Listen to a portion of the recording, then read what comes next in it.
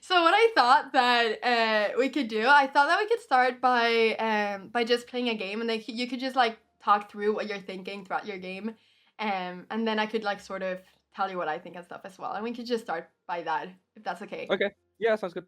So you're playing d4. You're a d4 player. That's good. I like Yes. that. Let's see. I'm gonna go knight f6. That's good. Knight f3. Okay, I'll go d5. Okay, so you play the Queen's Gambit. This is perfect. This is perfect. I feel like I And kind of had to, considering it got me into chess. But yeah. that's true. The Queen's Gambit got you into chess. You have to honor the opening. Yeah.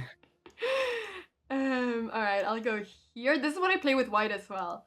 So let's see. I'll just go e6 and protect the pawn on d5. Ooh, bishop g5. You know, you're playing so confidently. Have you looked at this before? Yeah. I've done my research a little bit. I've done a little bit of research. Yeah, this is just like this is one of the main lines basically with white. You go bishop g5 to pin this knight. Yeah. Yeah, this is like one of the very standard lines here.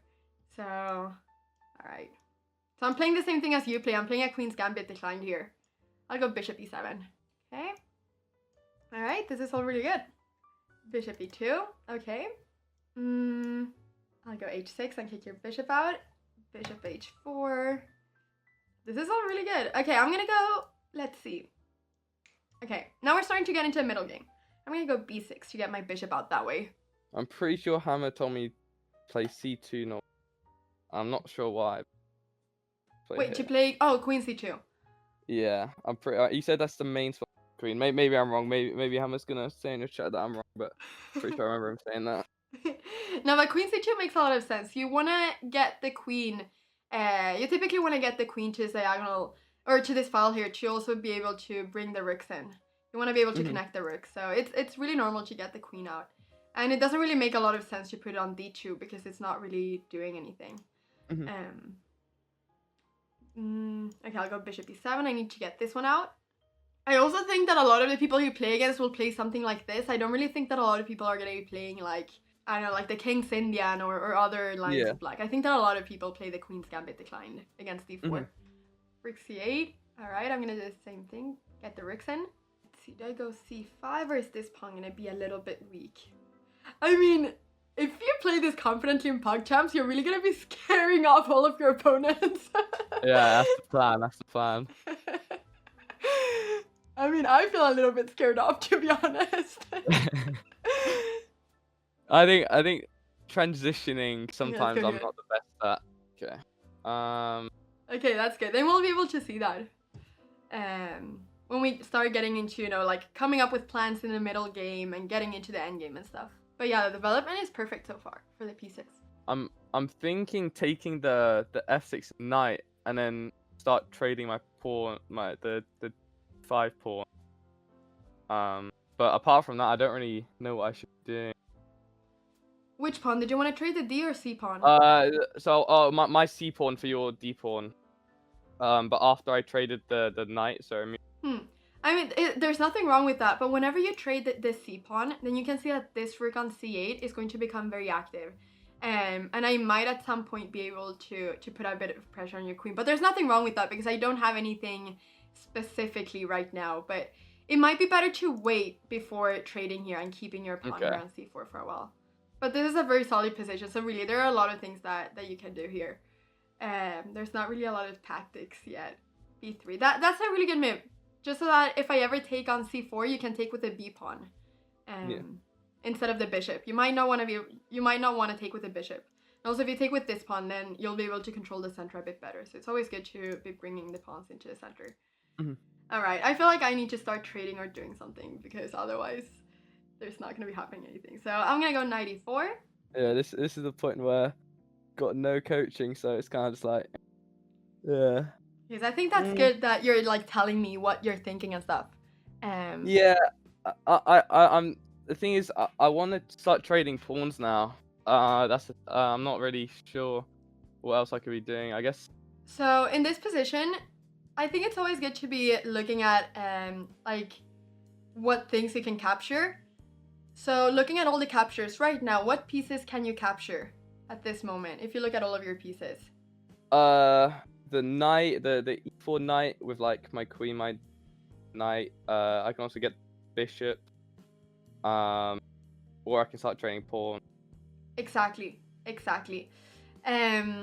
So that's always good to be looking at that. It's also really good to always be thinking, what did my move do? So whenever I play a move, just ask yourself, whenever your opponent plays a move, what did that move do? Why did my opponent play this move? In this position, when I went knight e4, why did I want to do that? What is changing in this position whenever I put my knight there? Because after every move, the position sort of changes a little bit. So what changed in this position? I mean, you lost a defender from your d5 pawn, so you're pressuring my knight. Yeah, that's really good. That's true. I'm thinking of just trading with my knight, and then a few trades. What else? Okay, all right, no. But what else was what in this position? What else changed apart from the fact that I'm attacking this knight? What piece was before threatening this knight? Oh, my bishop, yeah. Exactly, the bishop on h4. Exactly. So whenever I go knight e4, or when I go knight e4 now, then the bishop on h4 is attacked because it was in this diagonal. So that's a big change as well. But in this position, you actually can still save the bishop, because it would have been better in this position to first exchange the bishop. Oh yeah, because you can just take with your bishop queen. Yeah, exactly. Yeah. Exactly. So always really good when you're sort of having a pin like this. What happens if the piece is moved? Then your bishop is gonna be hanging as well, or is gonna be attacked. So it's always good to think about what does every move do? Why was knight e4? Why did my opponent play knight e4? And what changes in the position? And looking at all of the pieces then. Yeah. But okay, you can still save the bishop. I'm gonna go here. Let's see, how do you save the bishop? Exactly. You take there first, and now you're attacking my queen, so I can't take your knight. Now I need to take back first. Now you go there. Good. I'll have to defend this pawn, and the only way that I can do that is by going f5. Or okay, I could go knight f6, but I think I'd rather protect this pawn with a pawn right now. Okay, h3. What are you thinking? Why are you going h3? I wanna push my pawn to 4, and then trade off those pawns, and then take with my knight. Okay, that's really good. Yeah, so you want to go g4, and then you want to, if I take, you want to be able to go knight takes e4 and take the pawn on e4. That's a really good idea.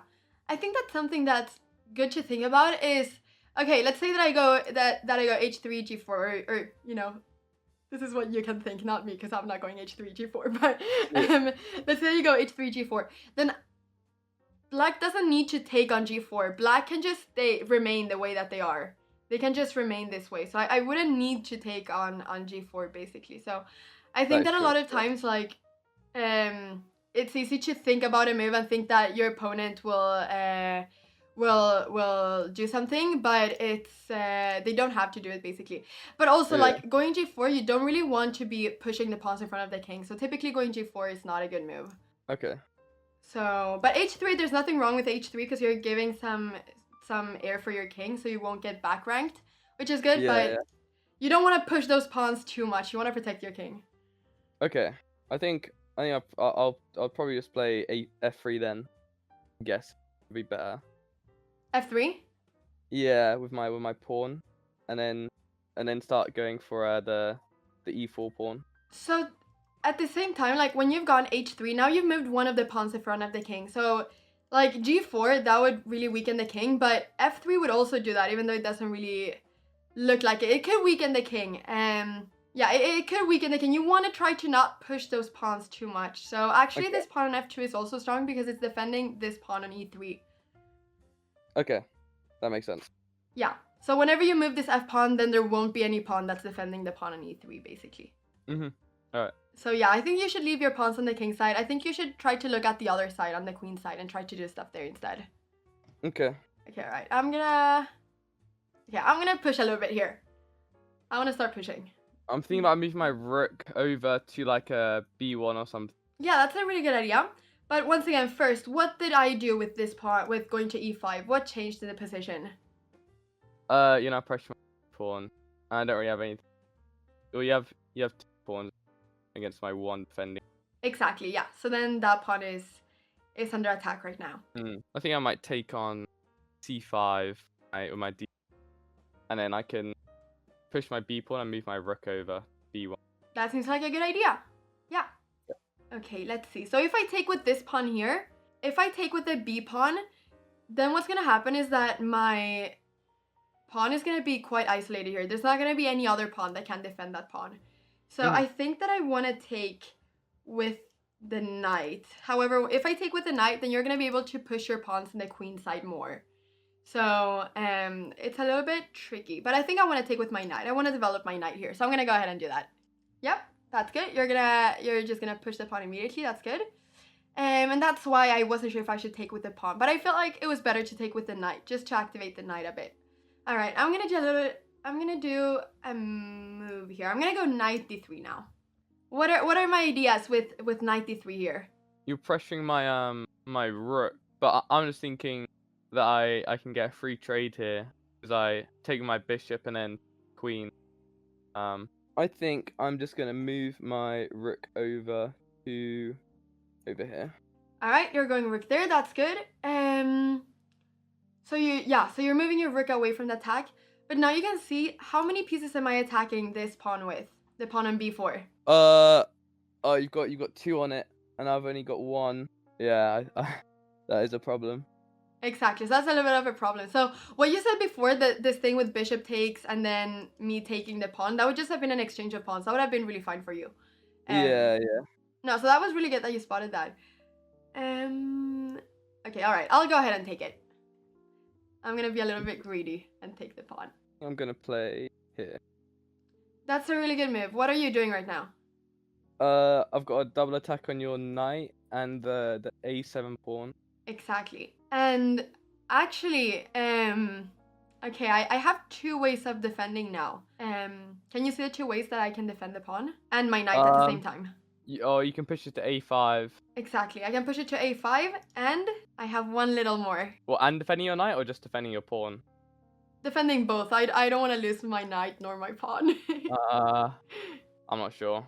If I move this knight, where could I go to defend the pawn? Oh, you can go a6. Exactly. So either a6 or c6, actually. I can go to both places to stop you from taking the pawn. But I'm not going to think about that. I'm going to go a5 because, well, I just want to push the pawn. Do you have any ideas of what you could do now? There's a little tactic here. A little tactic. Okay. I could move my queen to b5 maybe. Yeah, and then it also attacks the b6 pawn. That's the only thing I'm really. Yeah, that's a really good that's a really good idea. You want to attack the b6 pawn. That's exactly the idea with the tactic, basically. But there is a way to attack the pawn immediately. So if you look at all of your pieces, is there any piece that's like sort of looking at that pawn but not really? Or that's actually a horrible way of putting it. I mean, my rook is, and also my pawn is like next to it, I guess. Yeah, I guess my rook. Exactly, your rook is looking at it, sort of like with X-rays. Like, okay, it's like it wants to reach the pawn in b6, but it can't reach it right now because there's a knight blocking it. So, is there any way you could reach the pawn? Yeah, I could push my pawn to a3. Exactly. Yes. Exactly. That's a really good move. And now the next move, you'll be able to take the pawn here. Okay. All right. Now I'm not happy anymore. I lost the pawn. Okay. All right. Let's go here. And the problem with you taking my b6 pawn is not just the fact that I'm losing the b6 pawn, but it's also the fact that the a5 pawn becomes super weak because there's no pawn defending it anymore. And your rook is also like, my bishop is not having a good time here. So I'll go rook a8 just to defend the pawn here. Okay. I think I'm gonna go here. Really good. Really good. If you have an open file, you want to double up your rooks. All right, I need to protect that one, so I'll just go here to protect the bishop. I'm gonna play here. Knight there. Okay, what's your idea with going knight there? I wanna put more pressure on the a5 pawn. Yeah, really good. Really good. You're attacking the pawn with two pieces now. All right, what can I do here? I think you're a lot happier with your position than I am. Yeah. Let's see.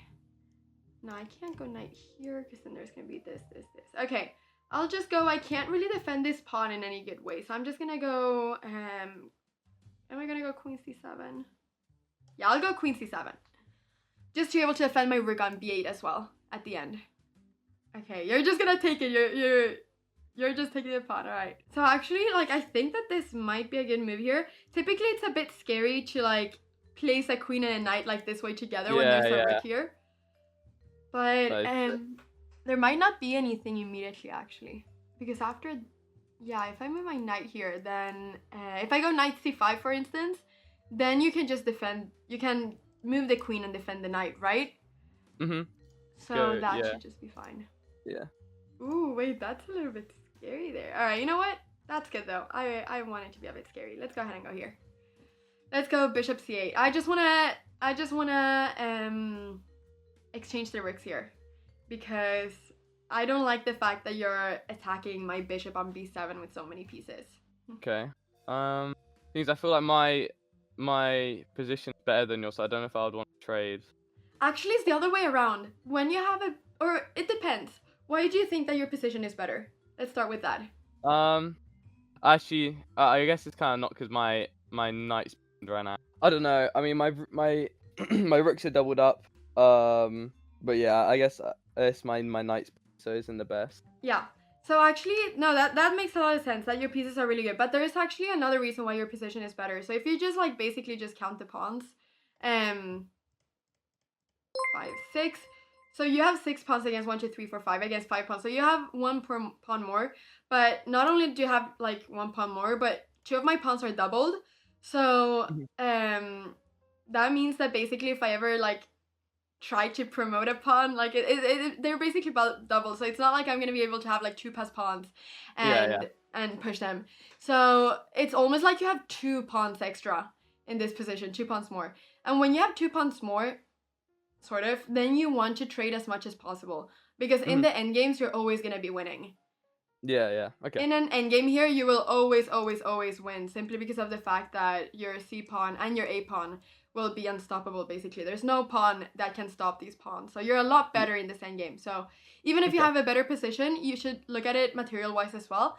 And yeah, because then you'll just have a better endgame. So it's really good that you exchange here. Yeah, okay. But there was actually, before that, I'm just going to ask you. There was actually a way here for you to make a draw by repetition in this position if you go back 1 move before you took on b8. Make a draw by repetition. Oh, I could check maybe on e8.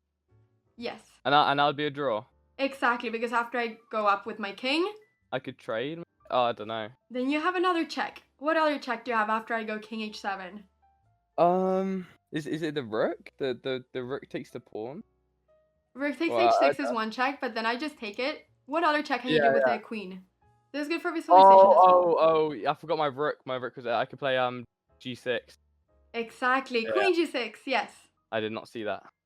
I forgot about my rook. Exactly. And then after queen g6, then I can go back, and then you just... And it's the thing, yeah. Yeah. So there's this 3 draw repetition.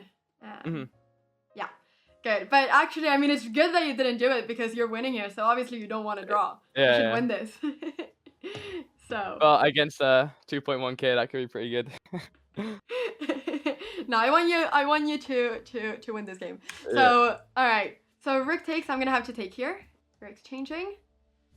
And I think that you've been told that you should always look at the captures. Another thing you should always be looking at are the checks. So captures and checks are the 2 things you should always look at. Yeah. Check on e8. Sure if there's a bit though. I don't know what oh wait, I could take a no. So yeah, it doesn't always have to be that the check is good, but you just always look at them.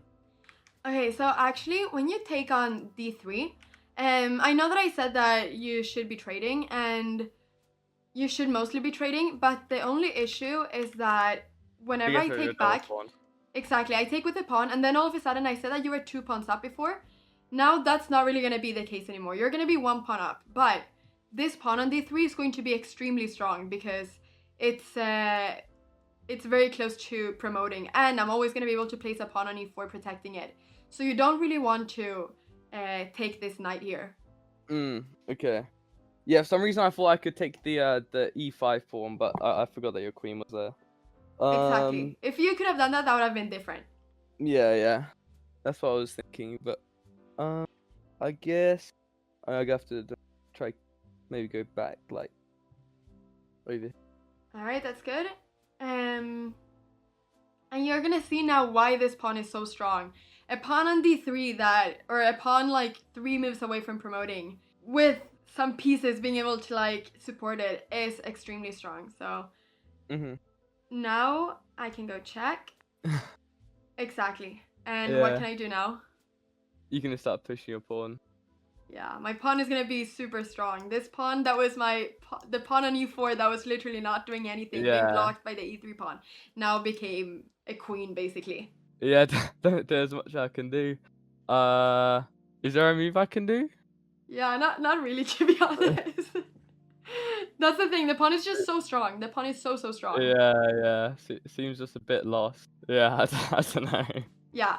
No, so yeah, there's nothing really to do here. So that's just gonna be a pawn that promotes, and yeah, that's gonna be a win.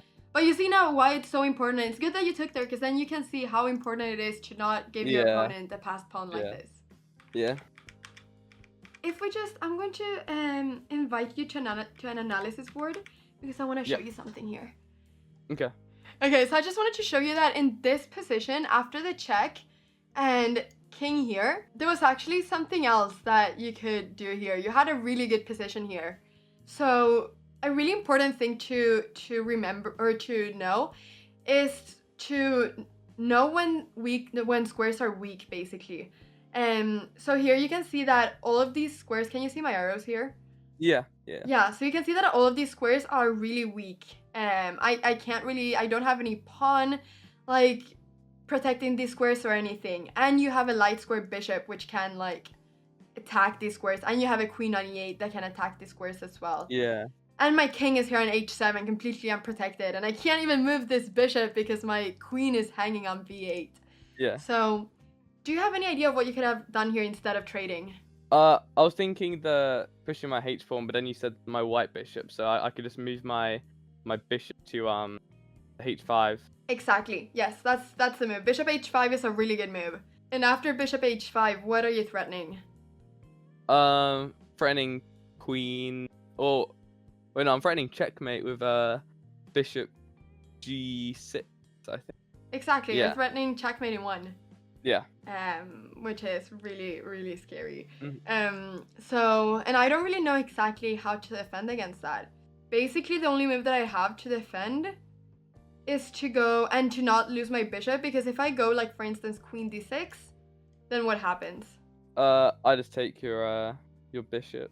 Yeah, you just take the bishop on c8. So I need to do something else. Can you see any move where I could defend the square on g6 at the same time as attacking one of your pieces? I'm not sure. Can't move your queen because it'll just leave your bishop. So Is there any piece you have which is also like unprotected and lonely, basically? My knight. Exactly, your knight on a5 is all alone right now. So is there any way for me to defend on g6 at the same time as attacking your knight? Because that's the only thing I have, basically. Queen on b6, maybe? Yeah. Then it leaves... Okay, yeah, it will leave my bishop. So my bishop is unprotected, but your knight is unprotected too. Yeah. And, okay, how would you want to continue? I can actually see 2 ways which are, resignable for me, but let's see, what would you play here? I mean, I could threaten checkmate again by playing my bishop to f7, and then I could play queen g8 on the next. That's a really good move. That's a very good move. Yes, exactly. That's one of the ways. There are so many ways. This is one of the ways. Yeah, this is really good move. Is there any other way you could do that as well, with the same idea of going to g6? I could maybe put my queen there. Actually, I don't know if that would do anything. Bishop f7 is an awesome move though. That wins immediately. So that's a really good move. I just thought it would be good to look at another one as well, because it's quite a good theme to remember. I'm not sure. I can't see it. Is there any way you could... Well, let's put it this way. What which one of my pieces is protecting g6? Your queen. Yeah. Is there any way for you to stop my queen from protecting the square on g6? It's a difficult move, but it's a good theme. I could move my knight to 6. Exactly. And then if you take, I just take my. Isn't that pretty? That's pretty cool. That's pretty cool. Yeah, that's a cool move. Yeah, just stopping the queen from defending there, and now I can't do anything. There's no way for me to defend. Yeah. Awesome. Yeah, no, it's a difficult move to spot though, but it's a good move to remember. That you can sometimes use like one of your pieces to block another piece. Yeah. All right, that's really good. Yeah, that was good. Awesome, GG. GG. I'm a bit annoyed I missed that bishop move though, but it's what it is. Oh, bishop h5.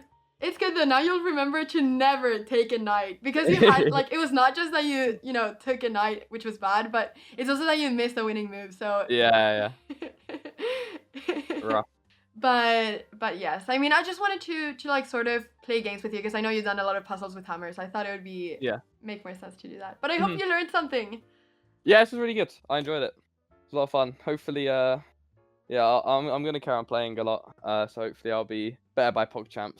And yeah, I think if I play a lot, I'll have a. I definitely think so. I mean, I think that everybody can agree on the fact that, I mean, you play really well. Like, I'm really, really impressed with how well you played here. And you see a lot of ideas and stuff as well. You always know like what the reason of your moves are.